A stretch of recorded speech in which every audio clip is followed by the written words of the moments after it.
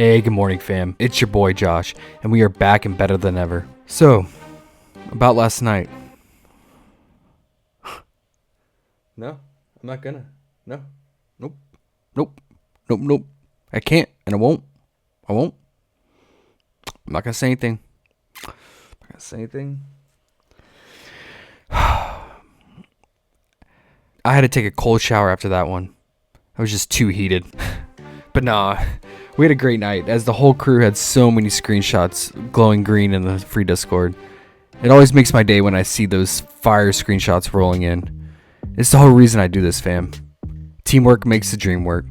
So let's keep this going today, and actually today we have much better matchups. So, let's get hunting. The Bucks at Celtics has a 5-point spread and a 216 implied total. The Titan went full armored mode and finished with a triple dub last game. However, he did not shoot great from the field, but he did everything else so well, which carried his squad to victory. And his playmaking was on point, and he dominated the glass as well as the defensive side as usual. And the efficient 3-point shooting from guys like Grayson and Bobby definitely helped Giannis with his playmaking. And Giannis always had a trailing shooter behind him so he could kick it out once the Celtics defense collapsed on him near the paint. I think the Celtics overcompensated and crashed on him way too much and too early. Here's an example of this from the game film that I broke down. Here you can see Giannis driving towards the basket, and Jalen sags off of Pat Connaughton and immediately goes down to provide help defense. And you can see Pat already anticipating the ball coming his way with his hands extended out and ready even before Giannis even looks his way. And this is another example where Grayson trails Giannis and stays back at the 3-point line as Giannis drives, and Marcus Smart leaves Grayson to go follow Giannis to the paint, which leaves Grayson wide open from 3. Again, I think the Celtics will adjust and not provide so much help defense and so quickly and so often. They can't keep giving up these wide open looks from 3. But Giannis will continue to play make and find open shooters, so we could still consider his assist prop again today. But if the Celtics don't go so aggressive with their help defense, then Giannis could have more one-on-one opportunities near the basket, which means more scoring and higher probability of him getting fouled too. So we can definitely consider his free throw prop as well as his real points. I have a feeling the Celtics hold a lead for most of the game, as they won't shoot that poorly again. They were missing wide open shots in that last game. We can consider 3-point props for guys like Grayson, Bobby, and Pat, since they will trail Giannis waiting for those open threes at the top. In that last game, the Bucks defense started pressing the full length of the court in order to disrupt the flow of the Celtics offense.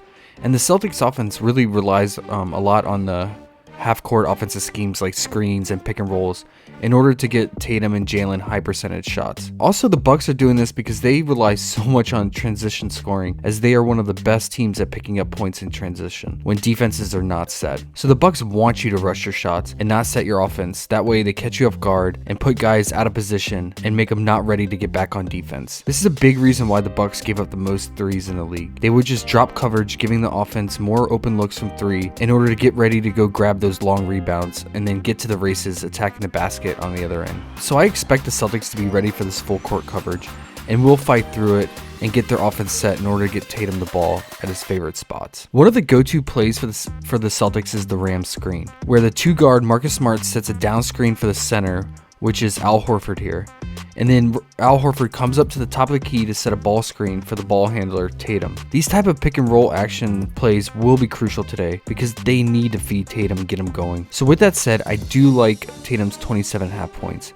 I think he will be aggressive and set the tone on offense at home. This is a huge game for the Celtics. And his playmaking is always live, as the Bucks also trap him a lot, as seen here from a screenshot I took during my game film breakdown. You can see he's getting triple teamed as he's driving towards the paint, and then he immediately kicks it out to an open 3-point bucket from Jalen. So we could consider his 5.5 assists too. But I also like Marcus Smart's 6.5 assist prop in order to pair with Tatum's points. Smart is dealing with not only that recent shoulder injury, but also that leg injury as well. And he took really bad low percentage shots last game. So I just have this feeling that he will get back to point guard mode today and focus on feeding Tatum and Jalen. Al Horford started the game on on Giannis, and his defense on the Titan was key. So we should expect big minutes again from Horford. So we could consider his fantasy points. Jaylen Brown will have open threes when Tatum is getting doubled, so we could go with his 3-point prop. And Robert Williams' minutes are to be determined in this series. He played more minutes in the first half, and then the Celtics just kept going smaller. So we could go with his first half fantasy points though. However, they do need him to get more involved on offense through the pick and roll action.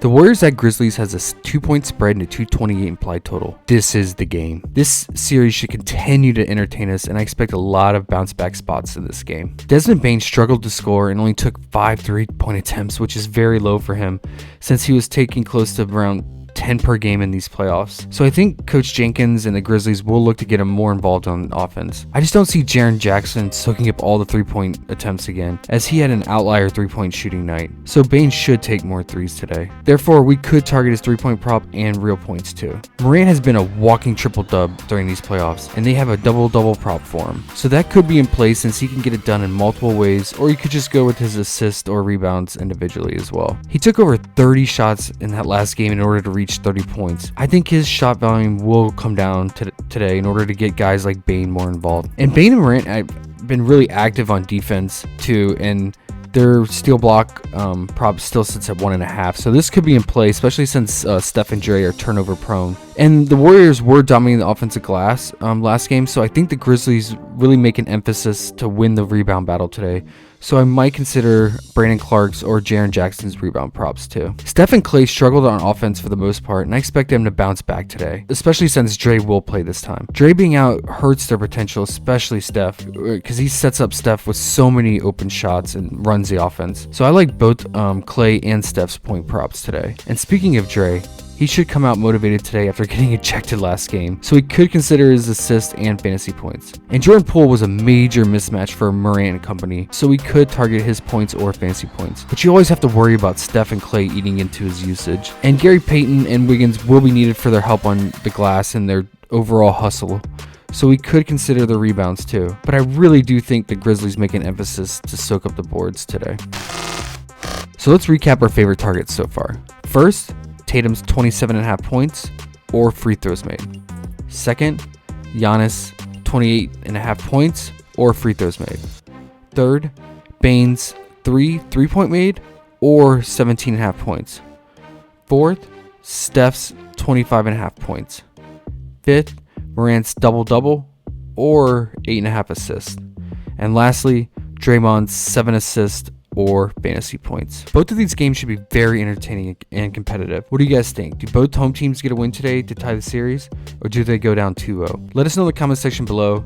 And also, it's our favorite Taco Tuesday, so keep an eye out for those discounts and be sure to vote for them. Also, come join me and Gunn later today at 4 p.m. Eastern for the live stream. We will go hunting together and find the prop gems, while also having some good laughs about steak and ketchup. So as always, best of luck everyone. I hope you crush it. Take care.